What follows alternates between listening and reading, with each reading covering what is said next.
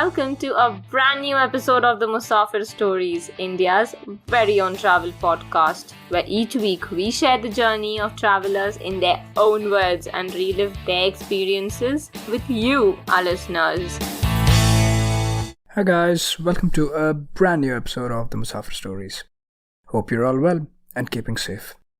As a gentle reminder, if you've been enjoying the podcast, please do consider sharing this with your friends and family or anyone who might enjoy our content. Please do also consider leaving us a rating and a review on Apple Podcasts and Spotify. Moving on to today's episode, our guest on the podcast is Mr. Darshan Dudhoria, a lawyer turned entrepreneur who is helping us rediscover India's forgotten wealth capital. Let's hop onto the episode and find out more. So with that introduction, we'd love to welcome Mr. Darshan Dudhoria, a lawyer turned entrepreneur, an ardent heritage enthusiast, and also co-owner of Bari, Kothi, Murshidabad's first luxury heritage hotel. Darshan, thank you so much for being on the Musafir Stories and welcome to the podcast. Thank you so much. It's indeed a pleasure to be a part of the Musafir Stories. Thank you. Thank you. We've had the pleasure of hosting a variety of travelers, storytellers, writers, etc. on the podcast. And today, speaking to an ardent heritage enthusiast and a serial entrepreneur like you, it's our pleasure. But Darshan, the intro I gave was pretty brief and concise. So why don't you tell us a little bit more about you and also your connection to Murshidabad? So our family, essentially, we were based in Rajasthan about 300 years back, and that's where we moved. Around that time, we moved to Murshidabad. This is around the 1600s, and around the 1700s, Murshidabad was sort of peaking in terms of wealth. If you've heard about the infamous Battle of Plassey of the year 1757. So around that time frame, our family sort of moved in there. We were ruled by the Mughal Nawabs there. And then we sort of imbibed a lot of the Islamic influences, but we were from Rajasthan. And then we ended up living in Bengal for almost about 300 years. And we were working with the Europeans. So all of that together sort of got influenced in our community, which is called the Sheherwali. Mm-hmm. So essentially with that community, so our dialect, our lifestyle, our furniture, our architecture of our houses, all of that sort of reflects that same melange of influences. So having said that, born into that family and raised in a boarding school. So I was at Sindhya School, Gwalior, one of the best 10 years of my life. Finished that, moved on. Wanted to study law, aspired to be a politician one day. So went ahead, started law in the UK, qualified as a solicitor in England and Wales. Then something mad happened in my mind, which I can't recall anymore. And in a matter of 7 days, decided to pack my bags, move back to India, came back, started practicing as a lawyer for almost 10 years. Got into the family business, which is into silk. And then one thing led to the other, and then there was a series of events, and then Bari Kothi happened. I wanted to leave it for, literally for my daughters to see, started a little bit of restoration of that. And in a nutshell, it's become a massive elephant for them to take over. Thank you. Wonderful, I think, encapsulation of a really long and exciting journey that you've gone through. And for, like I was talking to you even before we started the recording, in terms of a layperson's knowledge of Murshidabad, it has been very, very limited, right? All the focus has been post the Battle of Plassey, that period where Calcutta took over as the main or the significant capital in the eastern part of the country. Do you want to shed some light on Murshidabad as well, its importance and significance going back to, like you mentioned, the Nawabs, why it was so important and things like that? Right. So to set sort of context, so Murshidabad contributed 5% of the GDP of the world in the 1700s. So 5% of the world's business was happening in this small town. Around that time period, so Murshidabad essentially, I'll sort of take you down a little bit of the historical journey also of the region. So Murshidabad was earlier called Makhsudabad, and it was only when this gentleman called Murshid Quli Khan, who in fact was a Brahmin in the south, and then he joined the Mughal army, and then he over a period of, I think, a very short time span of time, he ended up being one of the favorites of the ruling Nawab. And then he decided, and he was at that point in time in Patna, and at that point in time along with him was these gentlemen who later on got the titles of Jagat Seth, and we'll talk about him also later. So he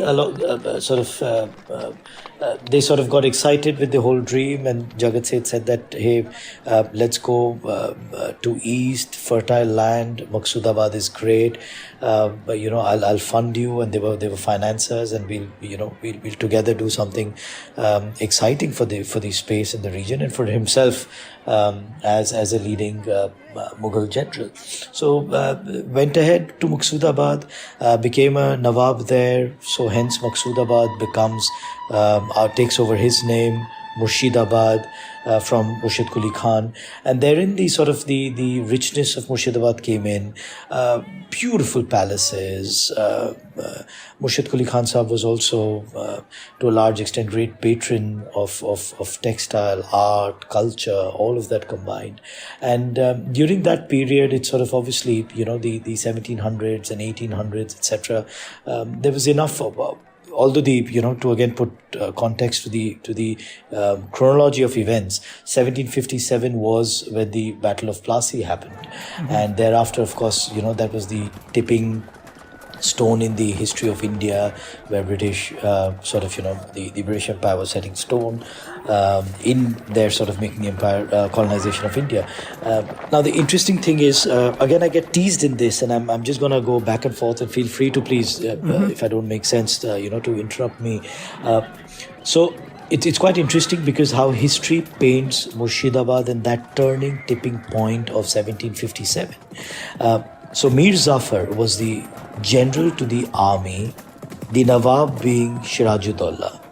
So history says Sirajuddaula was betrayed by Mir Zafar, and Mir Zafar, hand in gloves with Robert Clive of the East India Company, sort of take over Murshidabad, or they lose the battle of, the Indians lose the battle of Plassey.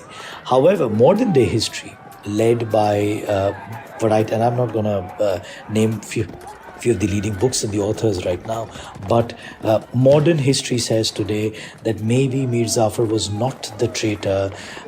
It was Sirajuddaula, who was fairly ignorant of his empire, was fairly callous about and careless about everything around him, to actually let go of that, and he was not involved in, because of which that, and why I emphasize in this point is because that sort of changed modern day, that changed the history of India. So that's Murshidabad, and in fact, where our family and our community settled down is this place called Azimganj. So Azimganj and Jiaganj, as it's called, are they're actually called the twin cities of Azimganj and Jiaganj, which is separated by the river. And it is said there was more wealth in Azimganj, Jiaganj than the combined wealth of the British aristocracy. Wow. So that was the power of the region. And these are not just statements made. You Google this and you'll see East India Company sort of writers writing about this. And they didn't like writing anything good about Indians for sure at that point in time. In spite of that, you would see that. So so that's Murshidabad for you. And time sort of stood still, to be honest. And then gradually around 1911, everything sort of moved back to Calcutta. Calcutta became the main sort of principal place of business also. Capital, of course, shifted prior to that.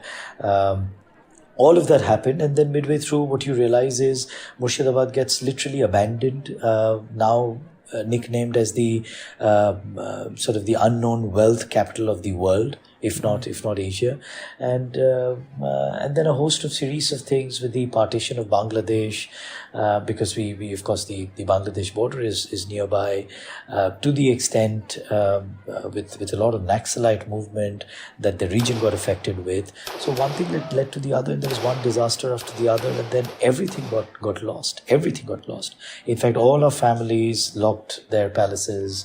and everyone came back to Calcutta looking for greener pastures. And then suddenly, over a period of 50, 60 years, the entire region changed. However, the last 5-7 years, everything's changing back again. Now it's becoming gradually a heritage hub. And we'll tell you the story of Bari, Kothi, and how we are trying to do our little bit, not to restore the erstwhile opulence, but at least to give a little bit of a sense of what used to exist back in the days. Yeah. And by the way, just a quick fun fact about Murshidabad. So there was a point in time. So India's Independence Day is on the 15th of August. However, for parts in Murshidabad, the Independence Day was actually on the 16th of August. Because while the independence happened, Murshidabad was given away to Pakistan, which is literally across. We are in the east and Pakistan's in the west. And thereafter, a separate treaty was signed, and then there was an exchange made, and then Murshidabad returned to India. So that's again a very interesting fact that I, always like to share with in conversations. Yeah, that's marvelous. Yeah, I certainly didn't come across that fact, and it's great to know. And even like I was telling you earlier, just in terms of the sheer significance and importance of Murshidabad, like you mentioned, 5% of the world GDP, right? We're not even talking about the country's GDP. 5% of the world That's GDP right. was being contributed by this place, this region. And just to give you some context, today India is vying to be one of the superpowers, and even to this day, India's GDP contribution to the world is a little over 3%. Right, that gives you a sense of how significant the place used to be, and it's very unfortunate that we don't talk about this enough and we don't discuss this enough. And that's why I'm really, really glad that we're speaking to you and speaking a little bit more, going back to the roots of these important places within the country. Now, tell us a little bit more, Darshan, in terms of your family's history, right? You did give us a quick overview in your introduction, but even just in terms of the community that moved here, especially from Rajasthan, the tradesmen, the bankers, or Jagat Seth also, like you made a passing reference to, like these people were really, really significant in this ascent of Murshidabad to such a stage of importance in the world stage, right? Do you want to share a brief history about that, plus also the Sheherwali community, before we can jump into Bari, Kothi and talk a little bit more? Sure. I think the easiest reference in these conversations is just if you visualize this, a man wearing a European hat, a beautiful Rajasthani kurta, along with that a Bengali dhuti, and holding a British walking stick with, Mughal designed shoes. So that sort of is pretty much every second or third portrait of our forefathers. So in different combinations they're around. So when I said there was a melange of these cultural influences, I was being very serious across all. So our food. So let me just give you a glimpse of the Sheherwali food also. So Sheherwalis also happen to be Jains. And while we are Jains, we don't eat anything that grows underground. So suddenly when we want to have kachoris, you don't have aloo. So how can you replace these potato stuffings with something else? So we got in cucumber. But of course, cucumber, with a fried patty may not taste that well. So you get in some Mughal spices involved. And then curd is something, very quintessential Bengal. So all of that comes along, and our signature dish called Kheere ka kachori gets born. So right from our clothing to our food, as an example, which I just narrated, to, for example, if you look at pictures of any of these Sheherwali erstwhile palaces, mansions, right from our furniture, beautiful Victorian furniture to Edwardian furniture, to all of that combined is what sort of Sheherwalis through and through are. Leading the entire clan is, of course, Jagat Seth. And while you touched upon, I'll take the liberty of sharing a little bit more. So Jagat Seth was actually not his name. Right. Jagat Seth was essentially a title that was bestowed onto him. Earlier, his sort of generation above was given the title of Nagar Seth. Now, Jagat essentially universal, say it as in banker, universal banker. So these were title accorded because of the help, financial help they were according to the ruling sultanate, because of which he got that title of district banker and thereafter universal banker. The East India Company historians have actually, the company sort of officials have put on record that possibly Jagat Seth would have been the richest man in the world at that point in time. Yeah, absolutely. And if somebody has read the Anarchy by William Dalrymple, right, he also has Yes. great coverage of Jagat Seth, and basically states that he could, the Jagat Seth could make or break even the ruler, right? Anybody in Bengal and Murshidabad up to the level of the ruler. So that's how powerful the bankers and the community were. And just tying this back to Bari Kothi, right? Now, your ancestors moved here several hundred years ago, and while they were living here is when a lot of other popular kothis and the big palaces that you mentioned, they came about, and obviously it was followed by a period of decline when things started to move to Calcutta. So tell us a little bit more about this whole restoration project that you went through to bring back Bari Kothi to life, right? And just give us a little bit of a peek into Bari Kothi and its history. So something very, and with these things, what I've realized in my little journey in life, no matter how much you plan and what you do, there's certain things you're destined to do, and there's certain things that just pop up out of nowhere. Bari Kothi was that. I'm a trained professional lawyer, and there was no reason for me to get into a restoration of of this sort of stature and to do Bari Kothi and to create the ecosystem of Bari Kothi to the extent it is. But things just, lined up very interestingly. So the first sequence of, in the sequence of events, the first sort of chapter was where our family just literally, my elder daughter, who's now will be turning 7. So she was born, and we'd just gone for a trip back to Azimganj. We were in this dilapidated structure called Bari Kothi, and it's sort of something that it's not something very pleasant that you want to stay or you want to get your kids around to, etc. And something happened, and it just was that thought that, hey, you know what, even if we can restore one courtyard, maybe the kids will get to know what our forefathers were, what was the power of the community, what was the role of the community in shaping up, Indian history. Mm-hmm. So one thing led to the other, and then out of the blue, one chap from Canada walks in to one of our stores as I said, families into the silk business, and walks into one of the stores, and then one thing leads to the other, and then he gets to know we are from Murshidabad, and he says, hey, I've been wanting to go to Murshidabad, and he connects with my mother, and says that, hey, I was in your store, and I heard about this particular your connection with Murshidabad. I've come all the way from Canada. I really want to go to see the terracotta temples in Murshidabad. So can you let me know where can I stay? What can I do? And my mother said, coincidentally, we are going to Azimganj tomorrow. Why don't you come along with us and stay with us? No problem. And boom, he arrives there. Little did we knew that he was a restoration architect. There was no inkling. He'd come to shop saris for his daughter's wedding along with his daughters.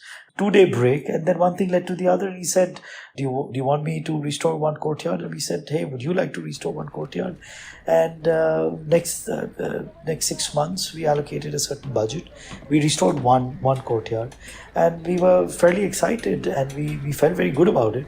That's how it sort of kept growing, and one thing to the other. And then we had 150 people working on the site, and over a period of 5 years, without any major plan, we've been able to create what today is the first and possibly the only heritage hotel of its kind in East India, not just Murshidabad or Bengal, but in East India of its kind. And we'll be very soon accredited by the Government of India to be the first top category heritage hotel in East India. So coming from where we were in 2014 to 2022, it's a short span of 8 years, but it's been an incredible journey. And what great learning about our own family, about our own community, about Murshidabad, about the potential of heritage tourism in Murshidabad. And that sort of now, makes us scout around not only other palaces and excite other heritage custodians,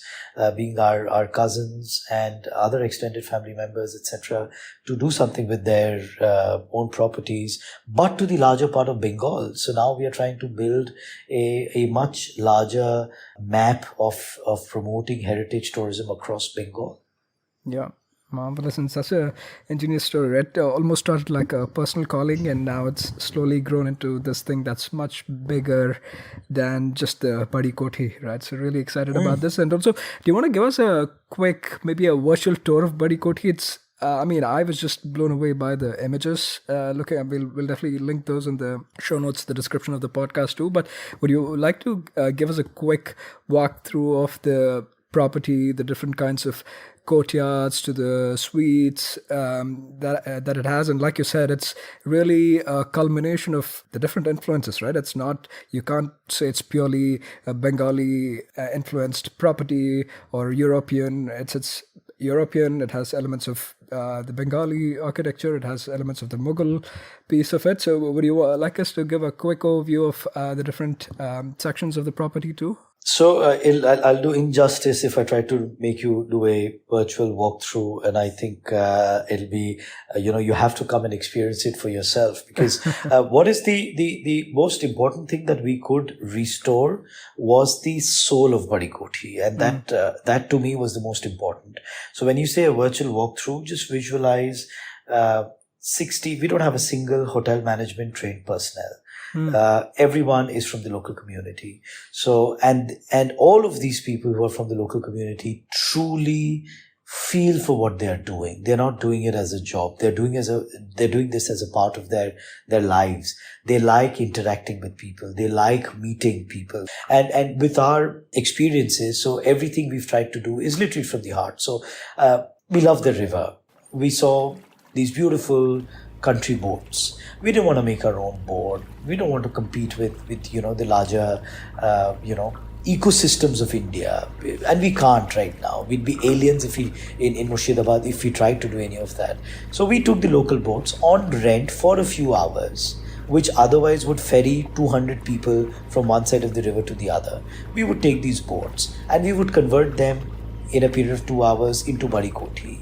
We would get our guests to sail on that for another, as a part of our experience called tea on Ganges or lunch on Ganges. And they would come back and we would remove Bari Kothi from the boat and we would return back the boats. The boatmen are happy. They're getting some extra revenue with that. The guests are happy that they've never seen something like this before. And at the end of the day, what we're doing is we are making the first guys who actually came and thanked us was the boat association, who came and said, "Thank you, you've doubled our income." So that for us became a big change in thought process of how then communities started growing. So that sort of, to be honest, it became what Bari Kothi is today. In a sort of tangible thought process, yes. So we, structurally speaking, mansions, palaces in that part of the world don't get measured in square feet, or they get measured in courtyards. So when you say, how big is your house? You don't say 5,000 square feet. You say, my house has 5 courtyards. In that, of course, we've got, Bari Kothi comprises about 7 courtyards. And with those 7 courtyards, of course, there are functionally different places that the family used to use. So there's one place called Halwai Khana, which is a block for the erstwhile. There were about 20 halwais who would be making sweets for the family. Breakfast for our family used to be 3 sweets and a glass of milk. We didn't understand breakfast until my grandmother got married into the family and she came. We love our sweets. And so one part was that. One part was called Kahani Ghar. One part was called Gaddi Ghar. One is Darbar Hall. Then you've got Amtala, because mangoes is so I forgot to sort of mention, Murshidabad has 108 different kinds of mangoes. And when I say 108 different varieties of mangoes, these are exotic variants. There's one which is called Kohitur, and you must please look this up online. Kohitur is sort of one of the most delicate mangoes, and possibly one of the most expensive mangoes. You can't hold a Kohitur with your bare fingers. You have to, when you pluck Kohitur off the tree, you have to pluck it with cotton in your hand, otherwise it gets your fingerprints. You have to flip Kohinoor every 2 hours, otherwise it'll get upset on you and turn black from that side. So every mango, and this is one of the 108 varieties of mangoes. And, again, you could possibly do another Musafir story on just the mangoes of Murshidabad. That's the amount of content and stories that mangoes has in the region.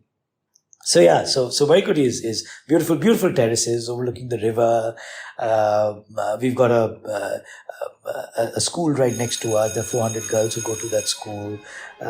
Beautiful, they add such a different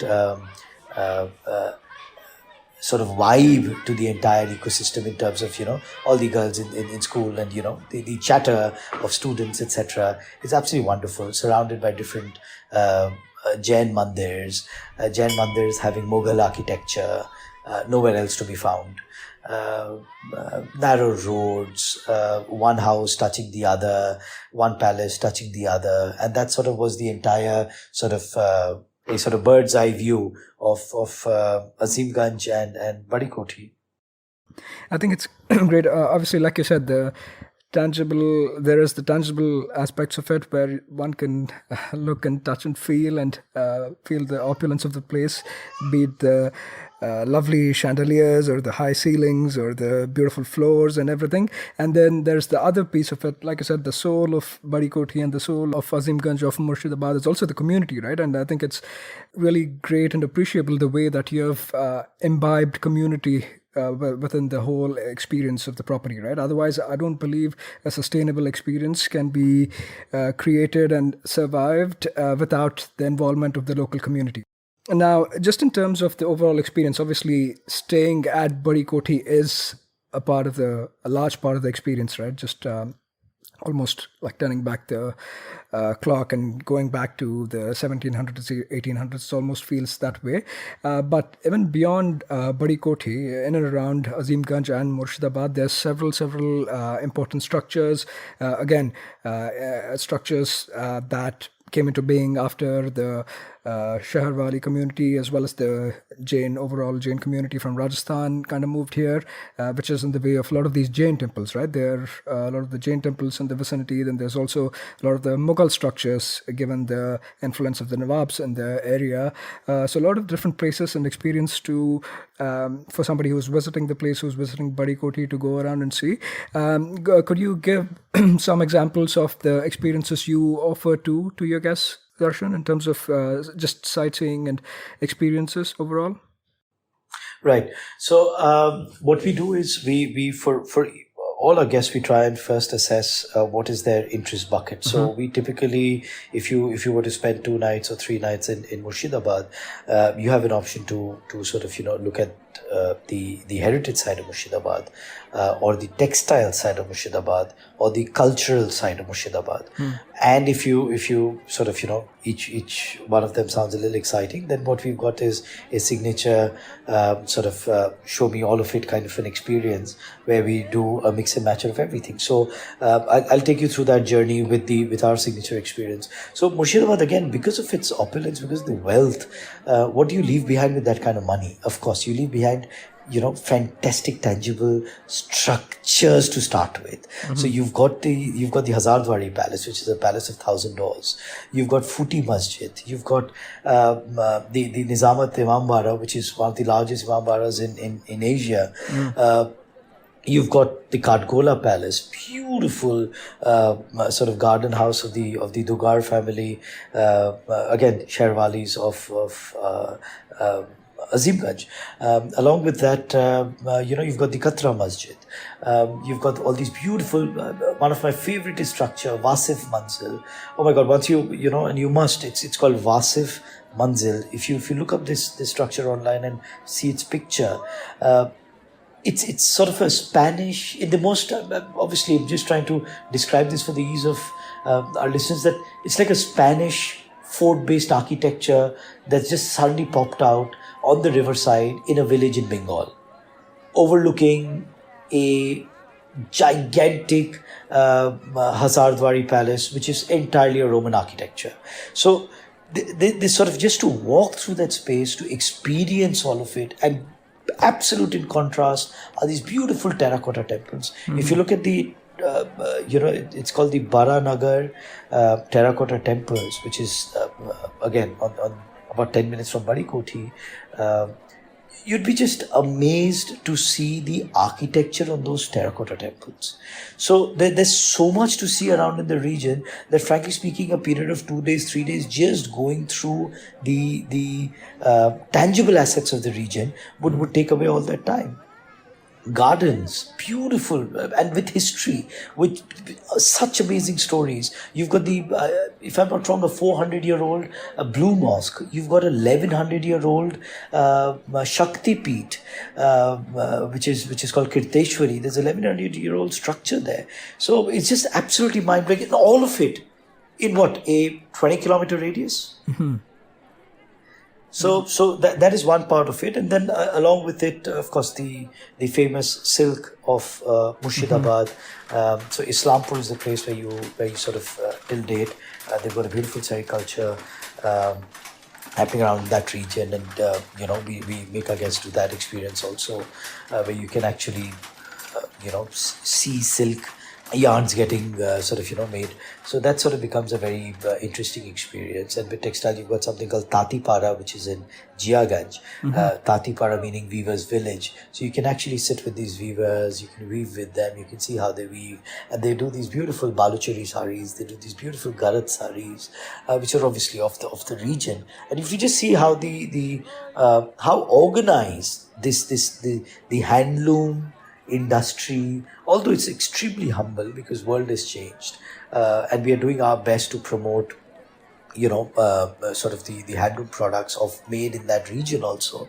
So that becomes the textile part. And then 3 hours away from Azimganj is this place called Shantiniketan, which is of course is known for its textile amongst other things also. So that becomes, and then culture, cuisine, is just absolutely another sort of area of interest with Murshidabad in terms of culture, right from all these mixed influences. Bengal has its own, so you've got the beautiful Rai Beshi dance. So if you see Rai Beshi, you'd be like, well, what's the big deal? Bunch of people just jumping around, it's fine. And the moment you hear, so the story behind it, and then you're like, oh wow, it's a 500-year-old martial art based dance form. So it is said that back in the days, the royals would go from one place to the other, and midway through, if they had to be if they had to sort of camp out for the night, what do they do in the evening? So their soldiers, typically, who would be a part of their convoy, would actually set up a sort of a dance show, so to say, loosely put, for them. And that sort of gradually evolved into this beautiful dance form called Rai Beshi. Now, Rai Beshi is only found now in Murshidabad and Bankura, and pretty much nowhere else. And this beautiful troupe that we have them, be a part of Bari Kothi performances, have gone to the ITB in Berlin, have performed in different European countries, and are a sensation there. And this is just one beautiful baul music. And again, just to give you a little bit of an insight there, baul actually means mad wind. So it's an extempore kind of non-rehearsed kind of music genre, and where you actually, well, I'm generalizing it a little bit, but you take pride in your union with divine. So the lot of these songs are around celebration of death. So because of that, all the true baul artists would actually wear orange and be pure vegetarians and cook their own food and live in isolation so as to not harm others, etc., and be immersed. So baul music for them becomes a form of meditation. So again, we've got a beautiful troupe of commercial baul artists. We give them a platform at Bari Kothi. So it's absolutely amazing, and these are just a tip of the iceberg. Definitely, even in terms of diversity, right? There's so much, even these tangible experiences we're speaking of, they're so diverse that, like you said, easily 3 or 4 days is nothing. I think you're just touching scratching the surface. In that time, one could easily spend a week and more, and yes, still be absolutely left with things to do. Thanks so much for kind of giving us nutshell of really what are the different things one can experience while staying in Bari Kothi and exploring just within a 20-kilometer radius, all of these different things, right?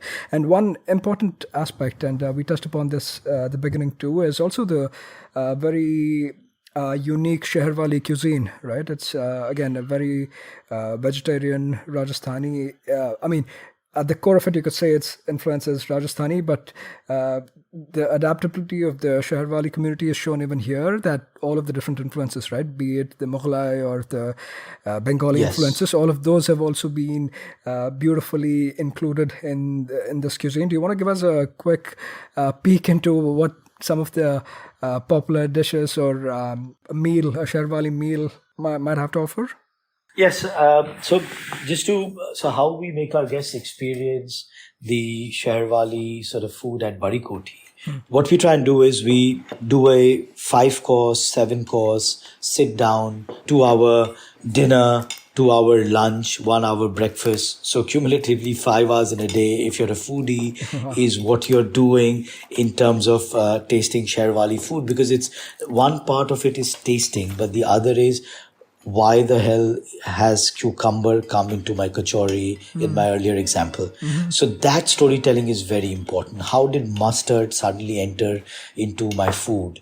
How Jainism seeped in and how Jainism quickly, they wanted to give a spin therein, and how different spices came in. You've got this something called kutti mirchi ka achar.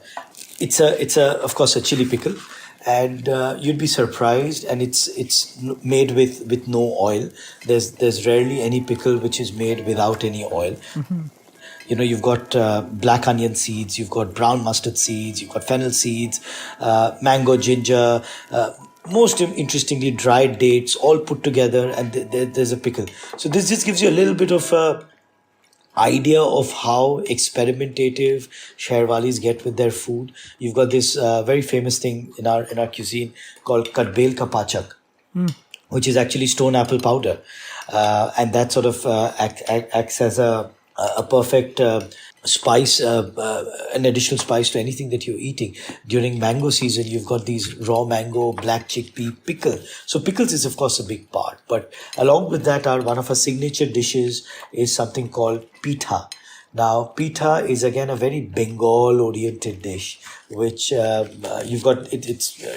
We call it Pita. In Bengal, traditionally, it's called Pite, and typically made only around in the winters. And it's actually, literally thin pancakes with a sweet filling. It's essentially a rice flour dough, and it's rolled in with into these wafer thin circles, and it's got a very interesting sweet filling, which sort of completely gives a different taste with it, and that sort of is accompanied with something called bhapia, which are steamed dumplings, essentially made with yellow split lentils. So my daughter looks at it and says, "Oh, this is a beautiful momo," and then I realize, oh, I've never thought of it from that aspect, and so it's very interesting to see how our cuisine, of course, from the traditional roti sabji, which typically an Indian vegetarian meal would entail, but we've got something called a saloni meve ka khichdi, which is sweet rice with saffron, which has a deep Mughal influence in terms of the addition of rose water, addition of saffron, cardamoms, almonds, pistachio, all of that together, and it's sweet. Yeah.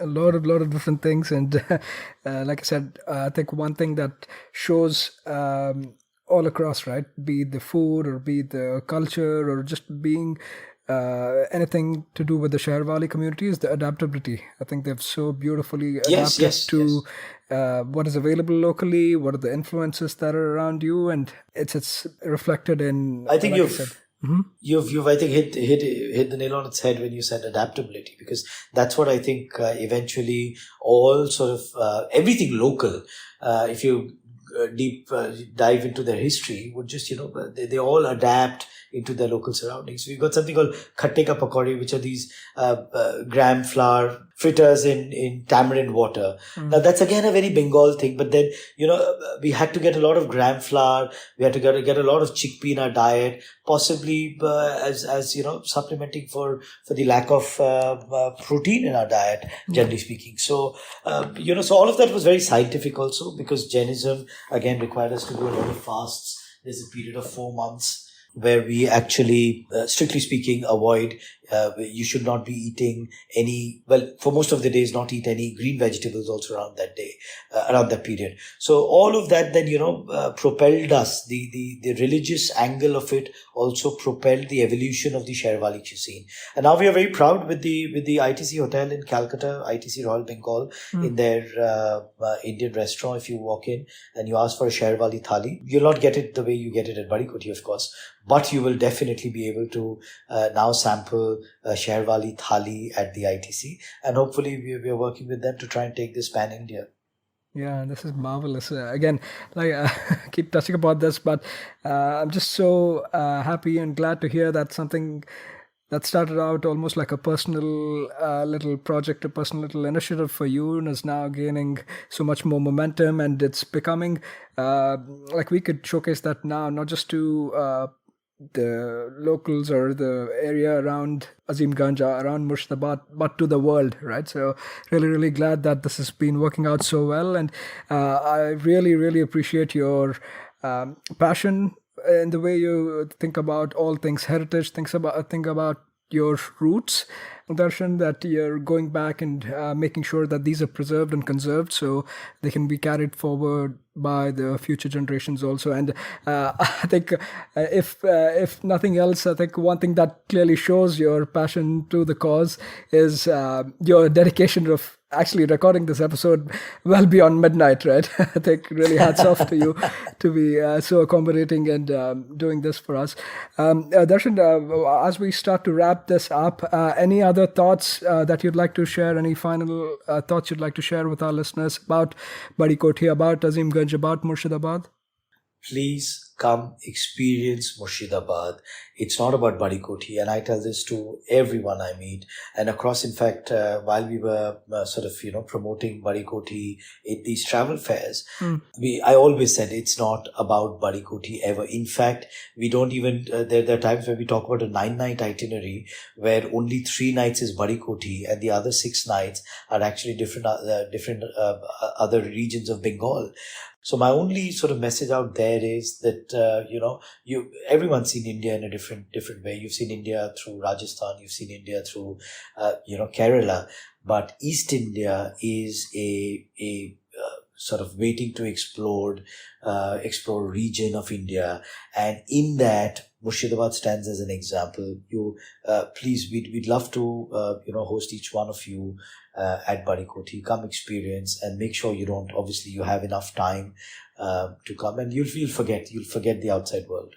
Yeah, absolutely. And it's also very well connected. It's only about 5 hours from Calcutta, right? If one's driving down, it's well connected through railways. One can fly in and like I say, even if you're coming into Calcutta, one can easily visit Murshidabad. So definitely worthwhile to make a visit. It's a very, very unique experience. Absolutely. Just adding on to what you're saying, that the nearest airport is of course Calcutta, and from Calcutta it's either you can take a train, which is a 4-hour direct train right to Azimganj, where our boys and girls will be there to host you, and apart from that, if you love driving, then there's a beautiful 5-hour scenic drive from Calcutta. And winter's the best time. So anytime from October till March, you can't possibly go wrong.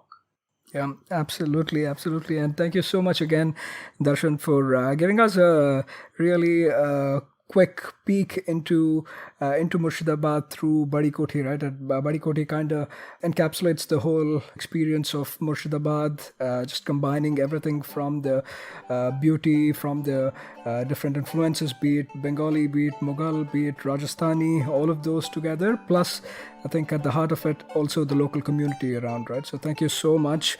And thank you for shedding more light on this forgotten wealth capital of the world, like we call Murshidabad. Thank you. Thank you so much, Seth. Thank you to Musafir Stories for having me, and I hope you have a good day. That was yet another great episode on the Musafir Stories. make sure to show us some love by sharing the podcast with your friends and family. We are on Instagram and Twitter at Musafir Stories. If you like this podcast, don't forget to check out other interesting podcasts on the IVM network. You can listen to us on the IVM podcast app or the website. Follow us on our social media. We are at IVM Podcasts on Twitter and Instagram.